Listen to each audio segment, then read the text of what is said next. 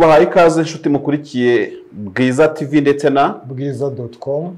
tugiye mu kiganiro uruvugiro, ikiganiro duteguye dukererewe Denis. Duteguye dukererewe kugira ngo dutwarire hamwe ikiganiro umukuru w'igihugu cya Kenya, nyakubahwa Uhuru Ruto William Ruto yagiranye na perezida w'u Rwanda Kagame. Kubera rero ko Uhuru yabanye n'uyu perezida biragorana cyane, yari vice perezida wiwe, ariko dukomeje rero twavuze ko tugiye kwibanda n'ubundi kuri no press conference, ariko tukanareba n'ubundi muri rusange uko umubano wa Kenya n'u Rwanda wifashe, uko wagiye wifata, ndetse turagerageza no gusesengura ku bisubizo abakuru b'ibihugu bagiye bahereza abanyamakuru kugira ngo twumve bimeze gute, harimo iki, bibanze kuki. Nabonye utigeze ukuraho ijisho rero kuri press conference. Ntekereza ko n'ubu turimo gukora ikiganiro irimo gusoza, iracyarimo rwose. Yabanjirijwe no gushyira umukono ku masezerano atandukanye hagati y'ibihugu byombi. Turebe ayo masezerano yariyo. Yego. Turagaruka rero no ku byatangajwe n'abo bakuru b'ibihugu basubiza ibibazo babazwaga n'abanyamakuru batandukanye, harimo abakorera mu Rwanda b'abanyamahanga ndetse n'abanyarwanda n'abavuye hanze y'u Rwanda. Ngewe aho mperukira kuri press conference, uretse abanyamakuru itangazamakuru byo hanze bikorera mu Rwanda, nari ntarabona umunyamakuru w'ikinyamakuru cyo mu Rwanda baza. Icyo nacyo nakibajije. Nakibajije, ariko ukomeze dukurikiranire urebe. Nanjye ninjiriye muri iki kiganiro, nta munyamakuru w'umunyarwanda nawe bwabona bazi ikibazo. Ukibaza rero nabyo ntawabura kubyibazaho, kubera iki nyamuna abanyamakuru bo mu Rwanda batazamura ikiganza kugira ngo babashe nabo kubaza ingingo zitandukanye. Reka rero n'ubundi tubahe ikaze muri iki kiganiro uruvugiro aho muri hose. Turahera ku bari ku migabane itandukanye y'isi, ubwo ni mu Burayi, Amerika, Aziya, Afurika, ndetse n'abari muri Oceania nko mu gihugu cya Australia. Ese batugira abantu muri New Zealand? Ntabwo tubabona umuntu twandika. Nyamuna umuntu wari muri Nouvelle Zelande yadusuhuza akatubwira muri commentaire. Twabahaye nimero, muranazibona kuri screen igize zitambuka mu kiganiro uruvugiro, kugira ngo twumve kure muri hameze hate. Turagusuje muri Repubulika ya Demokarasi ya Kongo, ariko cyane cyane twibande ku bavandimwe bari muri Kenya, baba bari abanyakenya bwite, n'abakurikira Bwiza TV bari mu mijyi itandukanye, Nairobi, Nakuru, Kisumu, Mombasa, Nyanza n'ahandi hose. Denis dusuhuza n'abari mu Rwanda by'umwihariko Burundi. Abo bose bakurikiye Bwiza TV turabasuhuje muri aka kanya, tubifuriza ibihe byiza no kugira ngo mu gihe n'ibiganiro tubagezaho. Icy'ingenzi ni gukora subscribe, wakumva content twagwaye ari nziza ikunogeye ukayiha like, wabona kandi ko bikwiye kuko tubyifuza ukayisharinga. Commentaire yo ni bisanzwe. Turaza gusuza rero tubone mwanya dusoza. Denis, twavuga iki ku ruzinduko? Umuntu yanavuga yuko ese abantu b'abanyamakuru ukunze gukurikirana amakuru hafi baba babigeze bamenya ko Uhuru Kenyatta aza before mbere. Amakuru ndumva yamenyekanye ninjoro. Muri iri joro nibwo hamenyekanye ko ari buze kuza mu Rwanda. Ubwo ni ijoro ryo hagati y'itariki 3 n'itariki 4 zo ku kwezi kwa 4 2023. Ndumva ugiye gufata background y'ibijyanye n'icyo umuntu yavugaho cyane muri aka karere ka East Africa. Wavuga Kenya, wavuga Congo, ahandi tubaye nk'abaranganya amaso haratuje, hameze neza uko njye mbibona. Haratuje. Ruto rero aje mu Rwanda nyuma yo gufata ubutegetsi mu mezi 5 ashize, nyuma yo gutorerwa akuyobora Kenya. Ari bivuga gufata ubutegetsi abantu bakumva ko ari ukubufata by force.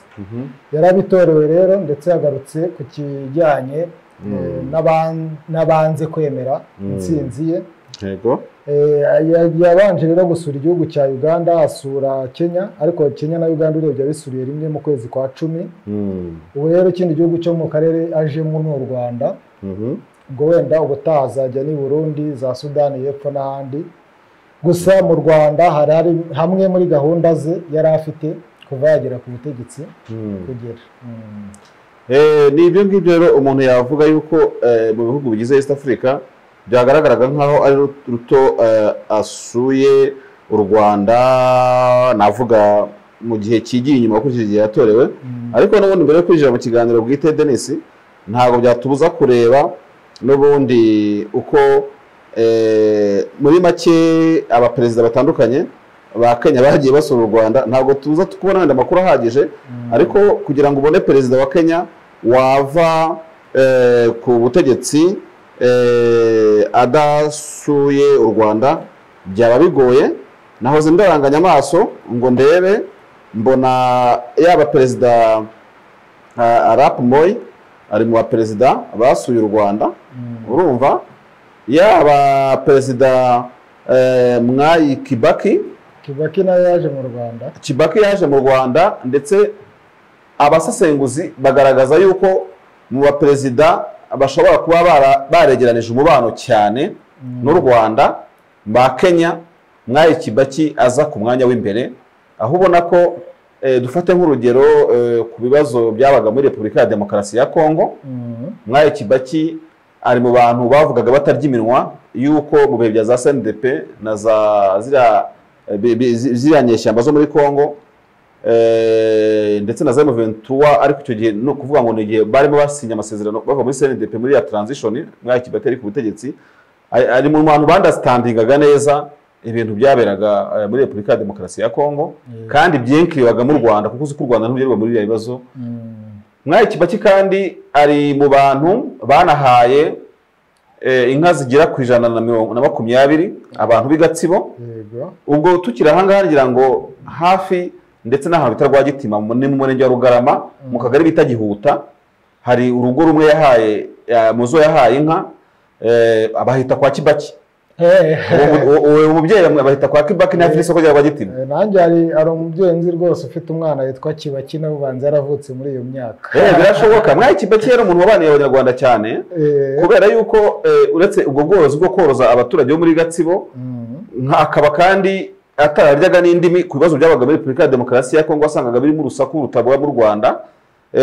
Ubona ko kandi na Perezida Kagame nawe afite uburyo ki yagiye abana nawe muri icyo gihe. Umuntu atabura kuvuga yuko rero rwose ibintu byari bimeze neza ukurikije ibibazo byari bihari muri Afurika.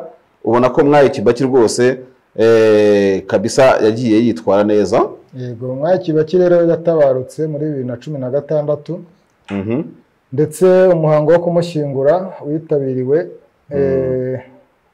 na Minisitiri w'Intebe Ngirente.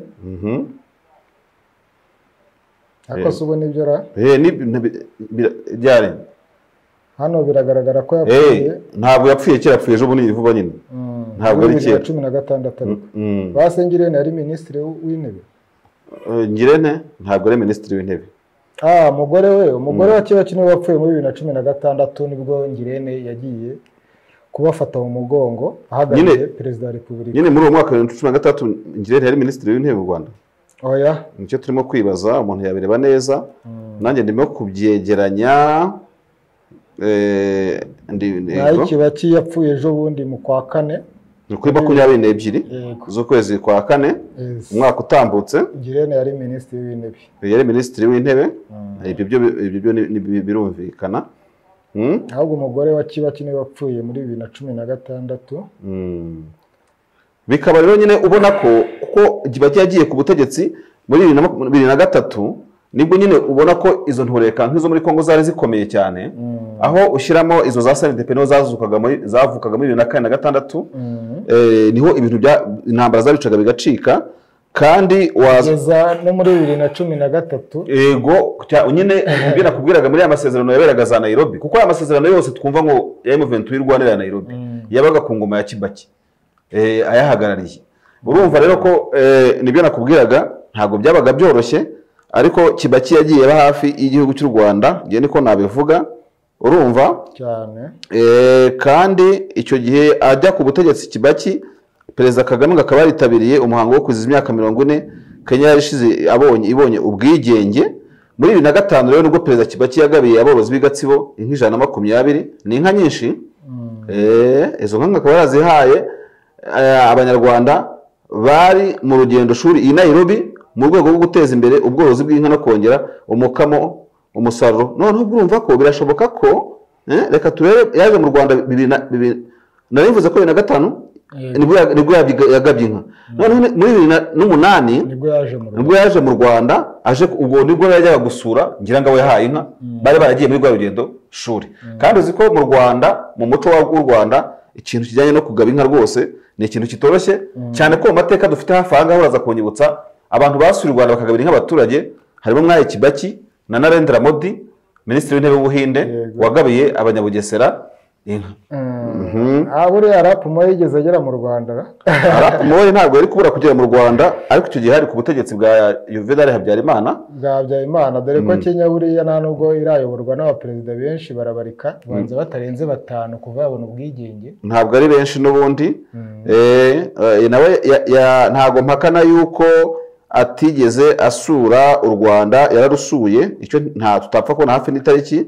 Niyo yaba atararusuye ntiyabura n'inama y'abaritabiriye yaberaga mu Rwanda. Mu myigaragambyo rero yigeze kuba muri Kenya mu gihe Kibaki yavuga ku butegetsi, hariho intureka za uyu Uhuru Kenyatta uvuye ku butegetsi, William Ruto mu gihe bari biyamamaza kuyobora Kenya, ndetse no mu gihe bari bahanganye n'icyo muri Kenya bitaga Orange Democratic Movement ya Raila Odinga, wavugaga ko yanze kwemera ko batsinzwe. Uzi ko habayemo n'imanza kugenda rahe n'iki byose.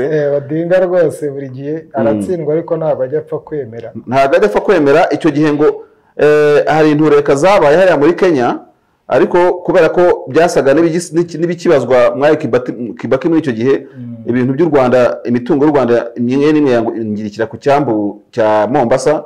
Kibaki rero ngo yohereje wari minisitiri w'ububanyi n'amahanga we bitaga Raphael Tuju, urumva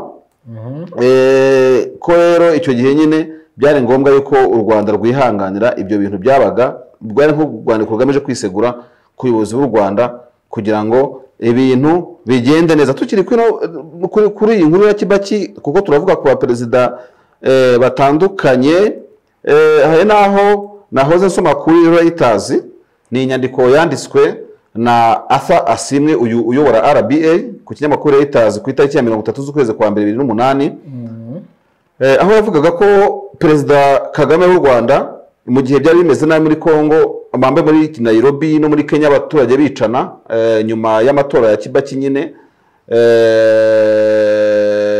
igihe amatora yabagamo ibibazo 2007, umukuru w'u Rwanda ngo yatanze igitekerezo cy'uko igisirikare cya Kenya cyafata mu biganza ibijyanye n'umutekano. Ngerageje kwandika kukotinga uko nyine Perezida Kagame we yabibonaga, ni ikinyamakuru Reuters yaravugaga ngo I tend to believe that the Kenyan army is professional and has been stable. Urumva ngo I tend to suggest that maybe whatever in terms of leadership that is there should be swept aside and space to be created for people to go back on the drawing board and settle their grievance, Kagame said. Kandi Kagame uko kuntu yabonaga ko ibintu bikomeje kuba bibi muri Kenya, igisirikare cyabyinjiramo kigashyira abaturage ku murongo, yaravuze ati hari ukuntu abantu batakumva imvugo nk'iyi batayishima, atari ko byagenda kose. Dukurikije experience mu Rwanda twabonye y'ukuntu abantu bicana ati ubundi bitangira ari 5 bambara 10, ejo bikaba 50, ati bakaba 1000, babambe bakaba 100, atubwo rero bakagera mu bihumbi. Aho niho yavugaga ati rero ni ngombwa yuko abasirikare bakwinjira muri iki kibazo kugira ngo nyamuna Kenya itajya mu mage nk'ayabaye mu Rwanda. Hari muri ibyo bihe bigaragara ko u Rwanda ntabwo rwigeze rubura n'ubundi kumvikana mu bibazo bya Kenya, cyangwa Kenya yibagirane mu kumvikana mu bibazo bireba u Rwanda. Ubwo urumva ko twavuga ko Mwai Kibaki yagaragaje amateka akomeye n'umwana n'u Rwanda. Kenyatta nawe wamuvugaho iki ko wigeze no kubona ko igihe mu Rwanda bitari bimeze neza na Uganda yagurukije indege na kajugujugu akajya mu mwiherero igabiro? Kenyatta nawe ni umuntu wabanye neza n'u Rwanda. Urebye muri rusange abayobozi ba Kenya ntabwo babanye nabi n'u Rwanda. Na Ruto yabigarutseho mu kiganiro n'abanyamakuru. Kenyatta rero nawe yagiye yitwara, yagiye abanira neza abanyarwanda muri rusange, cyane cyane ko ku bwa Kenyatta ariho hashinzwe ikintu bita Northern Corridor. Ubwo n'umuhora wa ruguru uhuza ibiyaga mu community ya East Africa. Uzi ko ino community ya East Africa igira imihoro 2, umuhora wo hagati uturuka ku nkombe z'inyanja y'Abahinde ariko uciye Dar es Salaam ku cyambu cya Dar es Salaam ukaza Isaka, ukaba waza Kigali cyangwa se ukaba wajya Burundi, hakaba n'umuhora uva ku cyambu cya Mombasa, uva Mombasa ni kuzamuka iyo za Nairobi Kisumu kuza Nakuru uza muri Kampala Gatuna Kigali cyangwa se Kampala Kagitumba Kigali.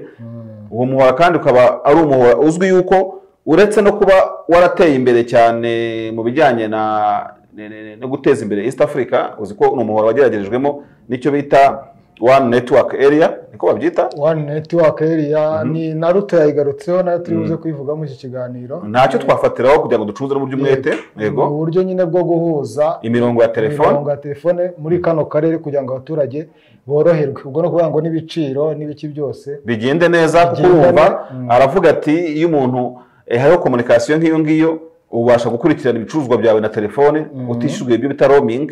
Uzi ko ubushobora guhamagara kuba ufite MTN ukagenda ugire Mombasa ukivugana n'umuryango wawe kuri bando waguze yawe uyiguriye i Kigali.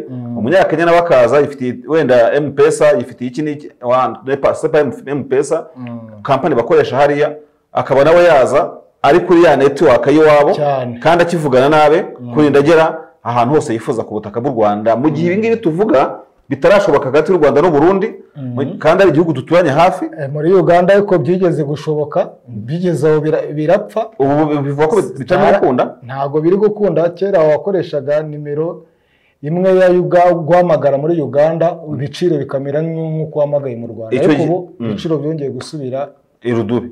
Ndetse na South Sudan ho bari kubanza bikimeze neza, tutagira abantu benshi duhamagarana, kubanza bitarazamba. Urumva rero ko nibwo East Africa yikubise mu gituza, yemeza imishinga myinshi itandukanye irimo n'uwo tuvuze haruguru. Kandi ni nabwo higwaga uburyo abakerarugendo basuye kimwe muri ibi bihugu bajya babasharinga bakagera no mu kindi batiriwe bongera kwaka izindi viza n'ibiki byose, bakagira ukuntu bakora bagabana buri gihugu gifata pourcentage y'umukerarugendo wageze mu kindi. Tuvuge rero baje mu Rwanda, u Rwanda rugahita abashinzwe ubukerarugendo bagahita ariko buriya musubiye mutagiye nko muri pariki ya Naivasha tuvuge tiwe hari ikintu mwamuhombye kandi nta kindi kintu bibasaba, ya viza mwazihera bagezayo. Yego noneho amafaranga bari collected ngo bagira ukuntu ibihugu biyagabana. Niba ntibeshye ubwo abantu bo muri RDB bazabivuga neza kundusha.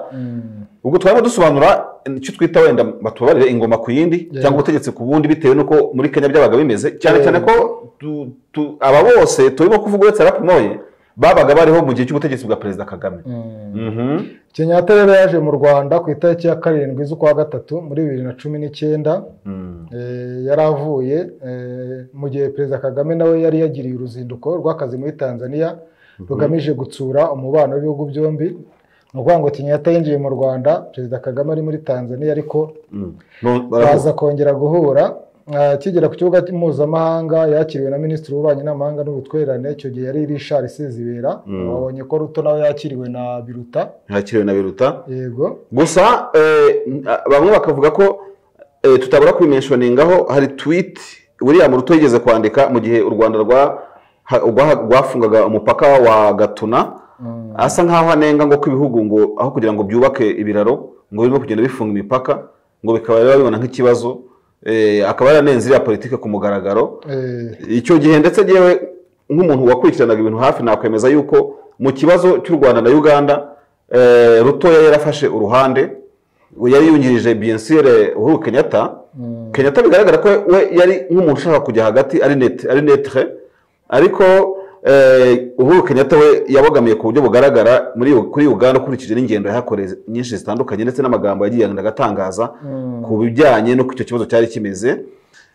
Tukabona abantu batangiye kuvuga batese noneho ubu ngubu Uhuru Kenyatta wanatinze kugera mu Rwanda, ariko gutinda si ikindi, ubwo afite uko yabiteganyaga mu kazi kiwe. Urabona ko yaje uyu munsi afite se kuba ashaka kuba nawe agera ikirenge mu cyo bagenzi be bamubanjirije byo kubanira neza n'u Rwanda cyangwa kubana neza na Kenya bikagenda neza. Yego, nibyo rwose nawe yabishimangiye, yavuze ati u Rwanda na Kenya bifitanye umubano ukomeye kandi umaze igihe kirekire, kandi turateganya gukomeza kuwushimangira. Muri speech rero ya Perezida no mu byo bakunze kubazwa, hari Kagame yabaye nk'uvuga yuko ama MOUs yashyizwe amasezerano bagiye bashyiraho umukono ashobora no kuba ari make pa raporo ya byinshi byakozwe. Navuze ahubwo ko ari nandi asanzwe ariho n'icyo n'andi ashobora ngo kuzaza. aho ngaho naho umuntu yahera aha ngaha yibuka kuko nubwo atabivuze mu mazina Perezida Kagame yagaragaje ko Kenya mu gihe mu Rwanda hari hakenewe kugira byinshi byubakwa nyuma ya Jenoside yakorewe Abatutsi ibyo rwigira ku mahanga n'iki byose Kenya itakunje amaboko ntabwo rero yigeze aca akarongo ku ngingo ku yindi ariko twe nk'abanyamakuru twashakishije ngo turebe dusanga nko mu rwego rw'amabanki igihugu cya Kenya cyitabiriye ishoramari mu Rwanda igihe abandi bari bagisitasita niho haje amabanki nka za niyihe banki za KCB nibwo haje za kaminuza nka Mount Kenya University n'izindi kaminuza zitandukanye Mount Kenya University yanagize ibitangazamakuru no mu Rwanda nka Royal FM Royal TV n'ibindi umuntu atabura kuvuga ko hari abigiye ubuvuzi muri Mount Kenya cyane ko hari n'abaganga bigeze kuva mu Rwanda amakuru mfite bakajya kwitoza kuzamura ubumenyi muri Kenya bahakura amadiplome ngira ngo nibara ya A bavaga muri King Faisal Hospital ndetse n'andi makuru umuntu atabura kuvuga aha ngaha nuko no mu rwego rw'umutekano Kenya iri mu bantu babanje kwigisha mu ishuri rya gisirikare ry'Igako Rwanda Military Academy ry'Igako ariko bakaza kugeza igihe nyine bagasoza misiyo zabo bakagenda hanavuzwe ko barimo baje kwigisha mu Rwanda tukiri kuri ICT buriya ku mwaduko wa Cyber Cafe nayo ikurikiranaga nabyo ndibuka yuko abanyakenya baje mu bambere mu gushinga amacyber cafe mu Rwanda abanyakenya ntabwo ari abantu n'abantu bazi business cyane abanyakenya ngo bari hejuru y'ibihumbi 10 ba mu Rwanda babavuze mu Rwanda kandi abo bose ni business bajemo ntabwo baje gukina gutyo gusa icyo gihe rero abanyakenya baza mu Rwanda hakaba hari imvugo nyinshi cyane za bamwe batakiraga icyo kintu bavuga bati ngabo baraje tubura akazi baraje bagire gute twibutsa abadukurikiye ko Kenya iri mu bihugu byakinguriye imiryango abanyarwanda ku butaka bwayo ngo bajye gukora nta nkomyi ngira ngo mu masezerano yandi buriya yabayeho kera birimo yuko ushobora kujya muri Kenya ugakora nta nkomyi umunyakenya yaza mu Rwanda nta nkomyi abanyarwanda bamwe bakaravuga bati rero ngubu bizagenda gute tuzakompitinga n'abari abantu ariko gushapinga ibintu kuzamura ibintu kubishyiramo imbaraga abanyakenya ubona ko hari akayihayiho bazanye muri business y'u Rwanda Denis ku buryo umuntu atabura kuvuga ko rwose abo bose ari ba Perezida Mwai Kibaki ari ba Perezida Uhuru Kenyatta ko twavuga haruguru ndetse na William Ruto ntabwo aje gutangira kubaka ahereye ku ntuzi ntabwo aje ahereye hasi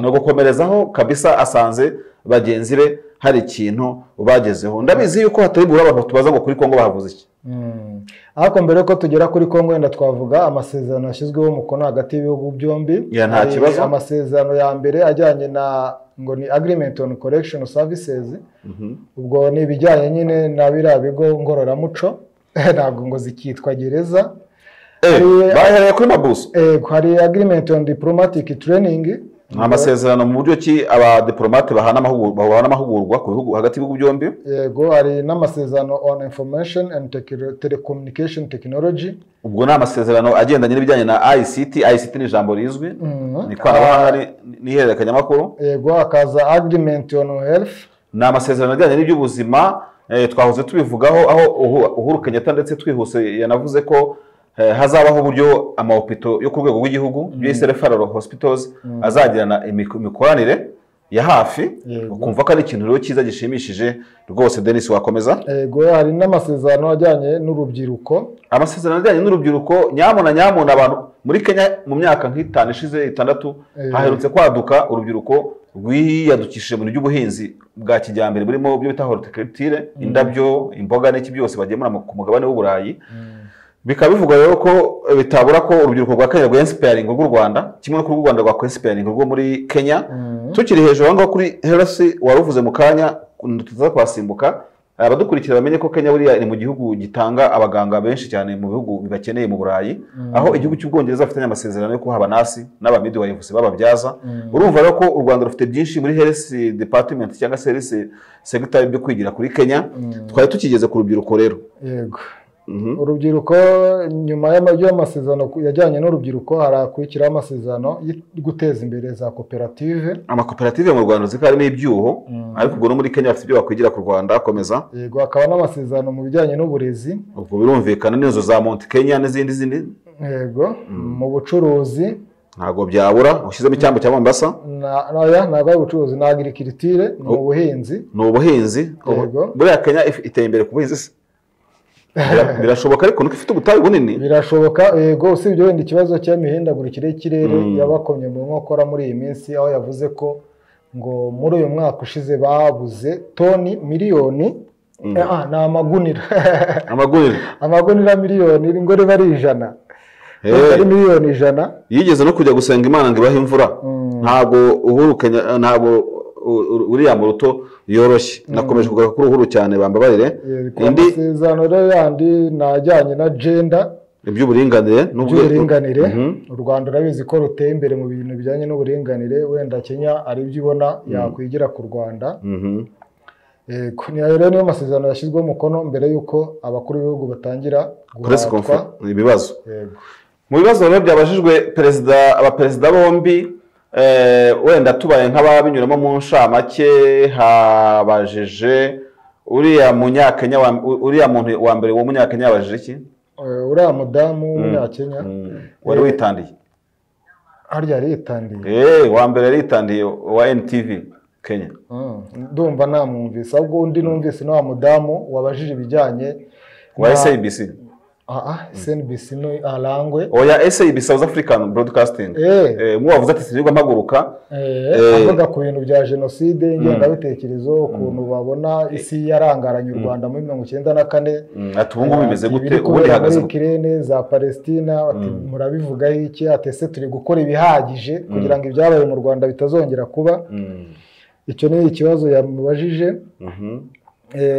Hari kandi ikibazo cyabajijwe ku bijyanye cyane Repubulika ya Demokarasi ya Kongo, aho Uhuru cyangwa na Ruto yavuze ko bumva abakuru b'ibihugu mu karere bumva bagomba gutanga umurongo wo gukemura ibibazo bya kiriya gihugu nk'umunyamuryango mushya, bagomba kugifasha. Ndetse Perezida Kagame na Uhuru Kenyatta mu bisubizo basubije itangazamakuru bose bahurije ku kuba mu byumweru 2 bishize hari improvement imwe ikigaragara muri kariya gace. Ntabwo turamenya ngo ni iyihe, yego, ariko nabone ntitwahakana yuko ku bijyanye n'ubwinshi bw'intambara n'amasasu, uwavuga ko amasasu muri Kongo muri ibi byumweru 2 kuko yabaye nkaceceka, natwe mu itangazamakuru turabibona. Ntabwo yabeshye cyane ko M23 bwo yatangiye ku birindiro bikomeye, harimo n'ibirindiro bya Bunagana, no kwinjira kw'ingabo za Kenya, bambe za Uganda hariya. Ubanza kuba ibindi bihugu nka Kenya yagiyeyo ikabona ibindi birasa n'ibitseta ibirenge, byarabateraga ikibazo.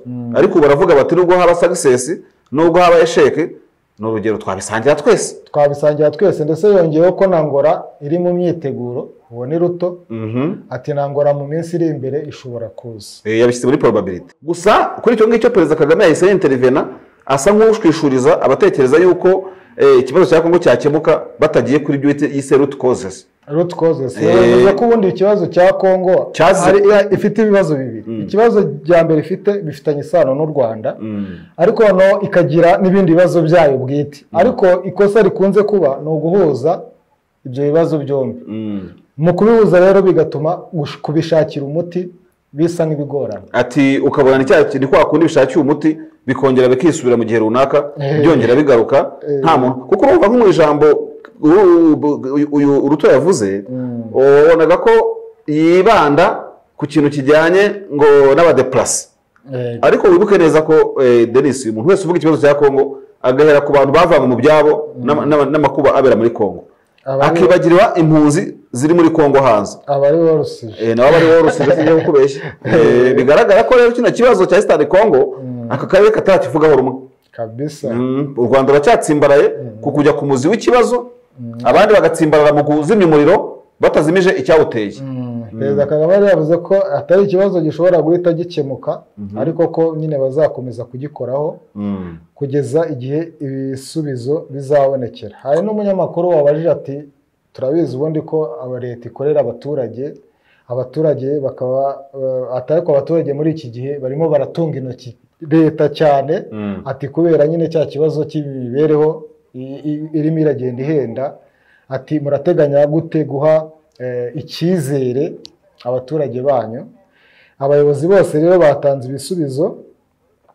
Ruto yavuze ko rwose ikibazo cyo guhenda cyangwa cyo kizamuka ry'igiciro cy'imibereho atari ikibazo cya Kenya gusa cyangwa ibihugu runaka, ahubwo ari ikibazo rusange kiri ku isi yose. Atanga n'impamvu ngo zagiteye, yavuzemo covid ntiyabura, avugamo intambara yo muri Ukraine, azanamo climate change, azanamo nanone ikintu cy'ingenzi, imbogamizi cyangwa za barrier ziba mu nzira hagati y'ibihugu byo mu karere ngo zituma ibicuruzwa bimwe bitava mu gihugu uko bikwiye ngo bigere mu kindi, habe ubuhahirane.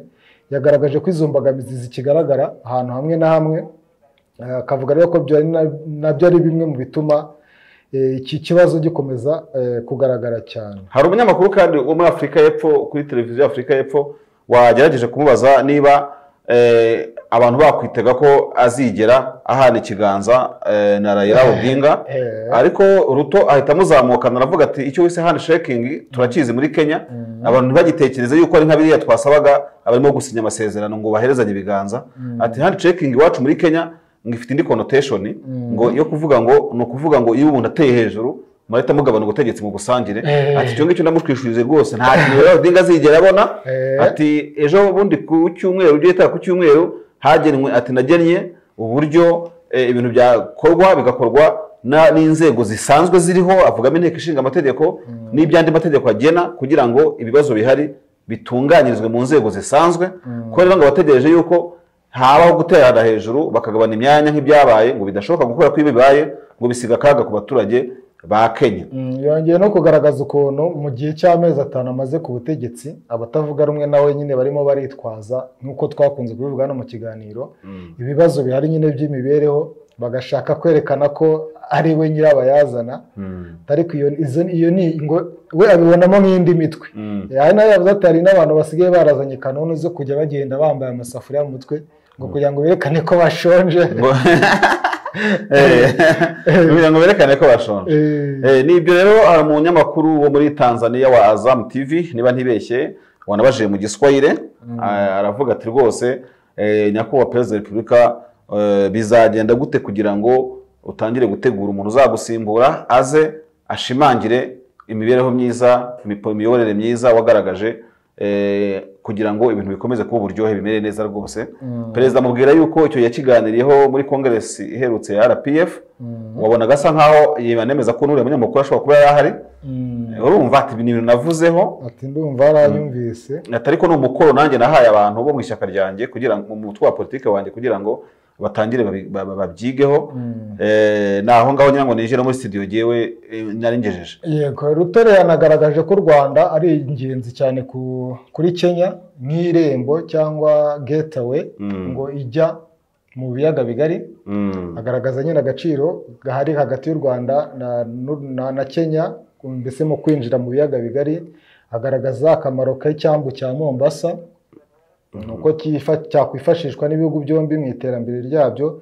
Ni naho yagarutse ko bongeye kuganira uyu munsi mbere nyine ya press conference kuri ya One Area Network kugira ngo barebe ukuntu barushaho kuyongeramo ingufu kwa ko ngo izarushaho gufasha abaturage ba Kenya, u Rwanda ndetse n'akarere mu bijyanye n'imikoranire, gukorana business, ibintu nk'ibyo ngibyo. Twibutsa rero dukurikiye yuko uruzinduko rwa William Ruto ari uruzinduko rwatangiye ku itariki ya 4 z'ukwezi kwa 4 2023 rukaba ruzasoza kuri tariki 5. Ni urugendo rw'iminsi 2 n'umundi z'uku kwezi, ubone ku munsi w'ejo barimo kudukurikira uyu munsi. Ni urugendo twakoze gukurikirana umunsi ku wundi kugira ngo tubashe kureba ngo bimeze gute, kuko urumva uyu munsi ntabwo dufite twabonye schedule y'uyu munsi iyo turimo kureba, ariko harakomeza n'ubundi hakorwe n'ibindi. Ndetse nakomeje kubaza ngo menye neza hari n'igihe ubona hari n'andi conference nk'aya ngaya akozwe nyuma y'uruzinduko, bishobora kuba cyangwa ntibibeho. Reka tuzarebe tuzayikuza kubagezaho uko ibintu bizaba byifashe. Ndumva twajya kuzindaga ituwitero niba harize wenda mbere yuko tuhavana natumiye Perezida Kagame mu nama ngo ya AU izabera Nairobi guhera ku itariki 15 kugera ku 16 z'ukwa 7.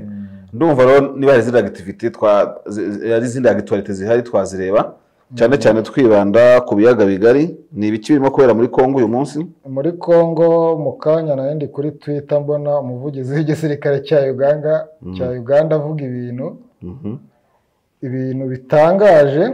Yasaga nk'usubiza guverinoma ya Kongo avuga ko igihugu cye ngo Uganda is not mandated to negotiate on behalf of the M23.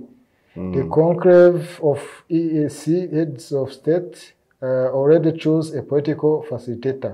uwo ni Uhuru Kenyatta yashyize muri paranteze ati Uganda is however deployed in DRC as part of the EACRF to enforce cessation of hostilities between FARDC and M23.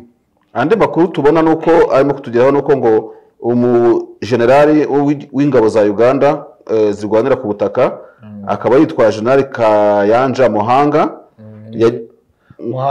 ndumva abantu bibuka ko ari we wari uyoboye wajyanye z'ingabo za Uganda muri Beni ubu rero yasubiye ngo kureba uko ibintu byifashe akaba yagiye kureba nyine ibikorwa barimo guhuriramo na FARDC barwanya ADF ngo byaba bihagaze urumva nagitoje turimo kubona ku rubuga rw'imirwano ntabwo nzi igihari no muvugizi w'igisirikare cya Uganda General Kuragenda we yasubizaga abantu bavugaga ko ngo Uganda birimo iranegosia na Kinshasa mu izina rya M23 basa nk'abagaragaza ko M23 ari ibintu yabirimo irapangira iravugana na guverinoma ya Kinshasa ariko iteretera M23 wenda nibwo yasubizaga rero ati rwose ibyo ngibyo ati ntago Uganda ibereyeho kuvuganira M23 Muyaya nawe ejo kuwa mbere mu kiganiro n'abanyamakuru yavuze ati ntabwo tuzigera tunegosia na M23 ati cyakoza ati ibihugu byumva bishaka kuganira nayo bazaganira aho ngaho ushobora kuba ariho rwose Koreya yahise avuga ati nibyo byanyu mutangiye sha rero tuje kuganira n'inyeshyamba zanyu nta twebwe twabuze inyeshyamba zacu tuganira ubwo rero nuva ko ariko ibintu byo muri Kongo na Uganda ni ibintu birimo controversy ubwo Muhanga yagiye gusura FARDC barwanira hamwe ariko Muyaya nawe afite amagambo yamurenze avuga ati Uganda cyangwa se nubwo atayivuze mu izina atushaka kuganira n'abangaba bazaganira twe ntabwo tuzaganira hari umuntu rero mu kanya mbere kuca muri studio mpamagaye arambwira ngo tuzamubwire Denis ngo M23 nyene no umuntu uba ku mugabane w'Uburayi muri Amerika ngo yishingikiriza kuki yizeye iki ngigenda itabira birindiro isubira inyuma yegera gute kandi Kongo ikomeje kugaragaza yuko ngidashaka kuganira nayo mubwira ko tuzamukorera ikiganiro tukanabaza abantu muri M23 icyo bishingikirijeho ngo ni yihentere ifite mu kuva muri biriya birindiro ariko giye nk'agakeregeshwa kanje nabwira uyu muntu rwose waduhamagaye ngo tumubwire ibyo ngibyo yuko M23 nk'umutwe w'inyeshyamba wagabye ibitero kuri Repubulika y'igihugu cyabo kiwabo rwose ushyize ku munzani muntu waduhamagaye ukareba M23 ukayishyira kuri balance ku munzani uriho amabuye 7 icyo nita amabuye n'ibihugu kumwe bapima iminzani gutya dufate M23 dufate wa munzani umeze gutya hano tuyashyire M23 hano dufate ibuye y'amabuye pimisha umunzani dushyireho Kongo dushyireho u Rwanda dushyireho Uganda dushyireho Kenya dushyireho Burundi dushyireho South Sudan wowe batwaje cyo nkubwire ngo umunzani wari umeze gutya nuza kumbonera M23 imeze gutya ariyo yapejeje oguga bapejeje ubwo niyo yari hano sibyo nuza kubona ibyo bihugu bigize gutya uraza kumbwira ubu se M23 kwanza M23 ntizaba n'ishyaka rya politike urumva iracyari umutwe uri aho ngaho nyine uharanira ibyo uharanira none abaperezida barindwi bavuze abashefu d'etat major Chiwewe yahagurutse afata kazi arahaguruka uwa Tanzania ni barinde uwa Uganda arahaguruka uwa South Sudan arahaguruka reba izo nyenyeri zose none ukambwira ngo bajya guhangana na Makenga ibintu bivemo ibintu bikunde urumva ibyo ngibyo bishoboka ni byiza rero ko abantu bamenya ko M23 nubwo bwose ihanganye na leta igomba kwerekana kanuni zose zishoboka zatuma abo bantu batafiristire bakayiviraho indimwe bakayikorera ikintu kitagiza cyane ku bintu bijyanye n'intambara nk'izi z'inyeshyamba bino bihugu byikoze mu gatuza bikareba intere zabyo Kenya ishobora kwikubita mu gatuza ikareba amabanki yarimo guhombera goma kubera urujya n'uruza rutameze neza ikareba ku kivuko cya Mombasa kidakora neza kubera ko Bunagana hafunze igahita ivuga uti M23 ntacyo dupfana nayo Uganda yabireba gutyo ku mipaka yayo u Rwanda rwabireba gutyo ku bitutsi bya Kongo rwirirwa urutuko urumva n'abarundi babireba ndetse na South Sudan yabireba ariko nabonye Uhuru Kenyatta we abona igihe kigeze ngo M23 nayo yahabwe umwanya mu biganiro ariko uriya mwanya Uhuru Kenyatta avuga wo kujya muri ziranduruburi zazanyatura na zandi yanenge M23 najye kwicarana nabo ntago bizoroha ntabwo ari bwo buryo ntekereza ko bwarangiza ikibazo muri Kongo na M23 kuko Uhuru Kenyatta yibuke yuko nta gisirikare cye kigeze kijya kunegosia na Nyatura FDLR cyangwa n'indi mitwe iri ya 130 n'ingari muri Kongo nawe yaje aho baca akarongo ni kuri M23 sometimes cyangwa se kuri za FDL ibintu nk'ibyo ngibyo. Sasa gufata ikibazo cy'abantu bangana kuri barwana inkundura ukajya kuvuga ngo bazaze bicyane na za Nyatura zinashyikiwe na Kinshasa, n'ubundi ibyo ngibyo ntabwo ari approach mbona ko ari nyayo. Niba hari ibintu M23 yavuganye na Congo bakabifite mu masezerano, niba bikeneye itacinge ariko M23 Kinshasa bicarane pana kuza kuvuga M23 ngo nitumirwe mu bandi bantu, abandi se abandi barwanana nabo. Ashaka nawe kujya muri approach tumvikane tuzuye, ariko ni perezida yahoze ari perezida nako akaba n'umuhuza, naha iyo offer kuri M23 yakira tamye je ntacyo bintwaye, uko tuzakurikiranye uko bizagenda. Hanyuma rero kandi kudusoza ikiganiro ku munsi w'ejo FDL ikaba yarasohoye urwandiko rushimira perezida ngo Tshisekedi niba mwararebye authenticité yarwo kubera nyine ngikunda ibintu akomeje kubakorera. Abantu bakaba bakomeje kuvuga ku nkwanya bavuga bati FDL isutse umuriro ifutse amavuta mu muriro abantu igihe abandi basabwa kugira ngo bate n'ibirindiro navuga mu 23 FDL irimo gusohora amatangazo ashimira ntuza ati warakoze cyane rwose kudufungurira abarwanyi. Ese abarwanyi bayo yafunguye ni bande? Ntabwo bashyiramo mu ntuza, nta mazina ivuga.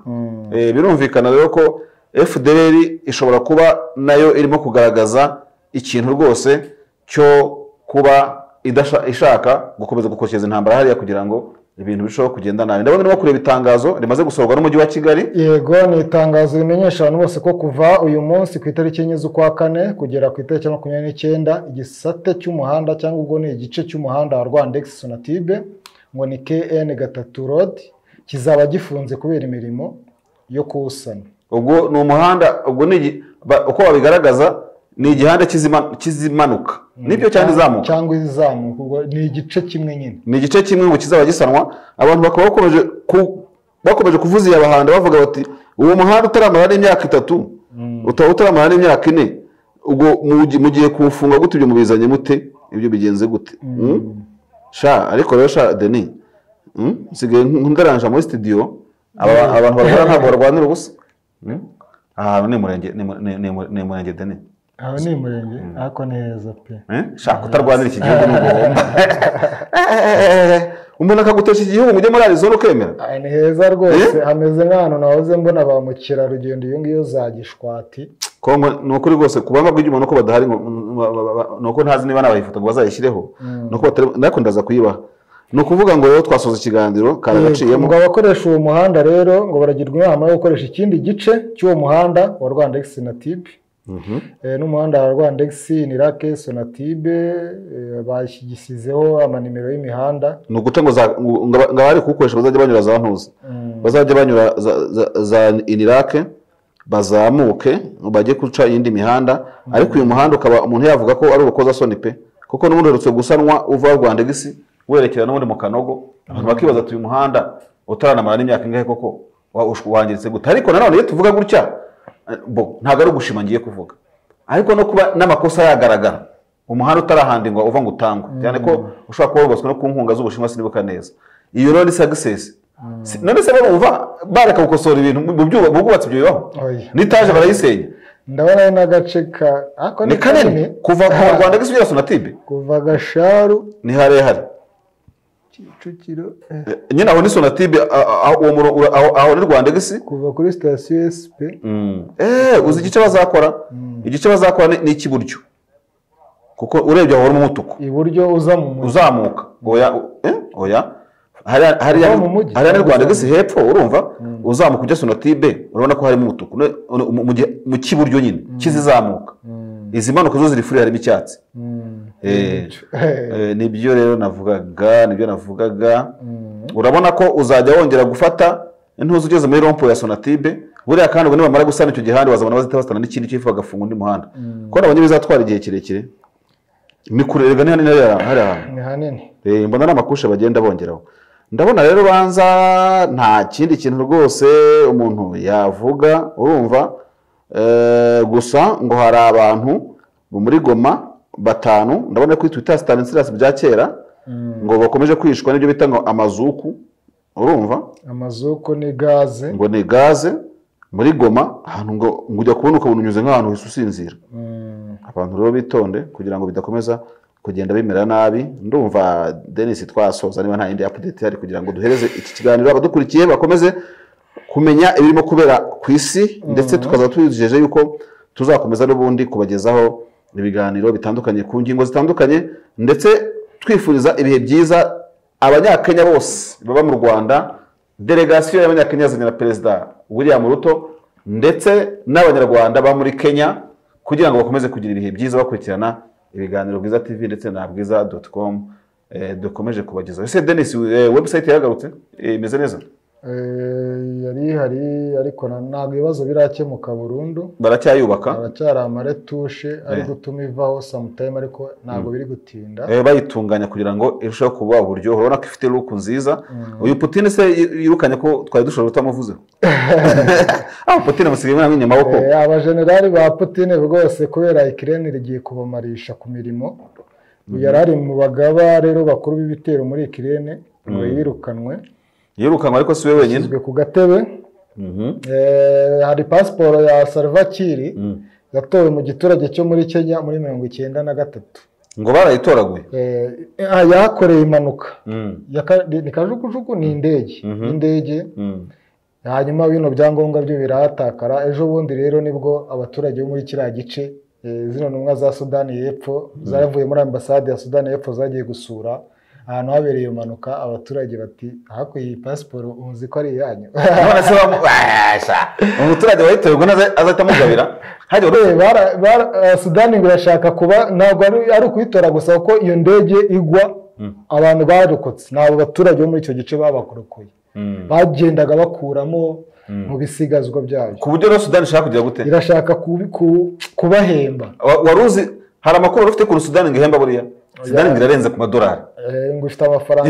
Ifite amafaranga arenze n'urugero ku buryo burya ngo babaho nko ku zakatari zibaho. Iyo badiringa ntabwo badiringa amagambo, bashyira amafaranga ku meza. Na zakatari ngo niko zibaho. Muvugana ubufungura hano. Kandi wifuza wose. Bano baturage rero burya ahantu hazava umugisha ntabwo wabura. Gusa bano bantu bavuye muri ambasade bavuze ko muri icyo cyaro bagiye kuhashora imari nyinshi mu rwego rwo kubahemba. Nk'umuntu wari yibitseho rwose, ariko njye numva wagira ngo ni prank ya kimwe. Aya ntabwo ari prank, ni pasiporo, ndetse nubwo ari pasiporo urabizi ko bari bafitanye ibibazo n'igihugu cyabo cya Sudani. Ni pasiporo yari yarahawe na Zambia, niyo mu gihugu cya Zambia. Ariko numva ukuntu abantu b'inyeshyamba baba mu buryo bugoye cyane. Ibaze nka Zambia ikaba niyo yahaga pasiporo Salva Kiir, ukabona rero ibihugu bibana cyangwa bitabana, ukagira ngo ni ibintu byoroshye. Hari igihe bigendera no ku mateka nk'ayo ngayo yakomeye, umuntu atabura n'ubundi kugenda avugaho. Dusoza ikiganiro Denis. Dusoza ikiganiro. Reka rero tubashimire mwebwe mwese n'ubundi mudukurikira muri benshi. Sinzi niba hari abantu bafite kuri platform nka 4 5 twasuhuza kugira ngo uyu muco wo gusuza utazaducika. Kandi usuze Benita Gasore, Ringwe neza Innocent, Duseke TV, Chris, CF Kungaruye, Sindi kubwawe Dimo, Joyeze Mararungu, Joseph Munda, Prince TV, Arerimana Innocent, Kivu TV, ndabona bagaruka Innocent Ndikumana, Ruta nawe reka tugusuze. Nasuhuza Marie Gorette, nanjye nkasuhuza umuntu bita G Rwema, ntabwo yaraherutse. Nduwayezu Theoneste Shirika niyo nkuba ugize umuvugaho. B&B Enoch Mumbere, Kazoza Delite, Rwanda Southern Hills, uyu nguyu ntagitukana. Deborah Kakondi nawe reka tumusuze, na B&M. Sindayihebura Etienne, Terence Kwizera, Enoch Mumbere cyane namuvuze cyari ya ruguru. Claver Mugemana, Ndayambaje Fideli, Salim Rajab reko dusuhuze n'abandi bantu nka Chris ntabwo uramuvuga. Cyangwa se ndumva utaravugamo ndewundira. Hari abandi bantu dukunda gusuhuza barimo wa wundi uba muri Arabia Saudite ninde? Yazidi se cyangwa Elijah Yazidi na Habyarimana François y'Urubavu Shadadi usigaye usaba ntuze amayinite umudamu ati ntiza telefone nandikire kuri Bwiza TV. Na Florida rero Feza nayo tumusuhuze. Bidenego William uwo nguwo wari umuzi. Bidenego yego yari muri Kenya. Genzo umuntu twaringuye neza Innocent na Duseke TV.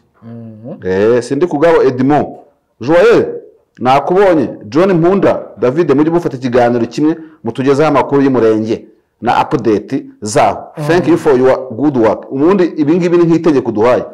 Tuzahamagara rwose wa mugabo welcome atuganirize n'umundi twigeze kumuvugishaho muri twirwaneho. Yego. Ndabakunda muri Prince TV Harerimana Innocent Kivu amuvuze Innocent Kumana wo bita Rukina Giza Kongoro Mwamba Karangwayire Epiphany bose reka tubasuhuze. Rudonga ndumva amuvuze naho higa nayo Celestin na Deborah Kakonde Muhizi Samuel Rutare na Gaeta Ferdinand Masabo Nduwayezu Muneza Jackson Cleva Mugemana na Nziza John Nanda Yambaje Salem Rajab Masisi hari umuntu twa Masisi yego urumva Justin Sebasiga Floride Feza ugeze kumuvuga I think Olivier Mbabazi Bidenego wamuvugezeho Rukinagize wamuge aba Kongoro Mwamba z'ikinyarwanda niwe neza nabonye umuntu wabasabye ngo muzamumbwire isano ya kwigwa none ngumino ese bapfuye iki muza bisesengure murakoze. Epiphany rero wa mudamu uvuga ngo bareke gukomezwa nationality bareke gukomeza kubuzwa nationality ya Kongo bitwa abanyarwanda. Abadamu ko baba bakazi bafite amahana. Hari umuntu none dufite yitwa machine excavator make good. Bya machine bya Caterpillar. Reka dusoze ikiganiro n'ubundi tuzakomeza kubasuhuza umunsi ku wundi n'ubundi ibiganiro bya uruvugiro ntabwo bihagarara ni non stop. Turagushimira dushimana equipe technique yari yowe na Justin atunganya amajwi n'amashusho. Je ndi David Eugene Marshall na Denis Nsengiyumva. Ikiganiro uruvugiro n'abutaha. Ciao ciao. Murakoze cyane.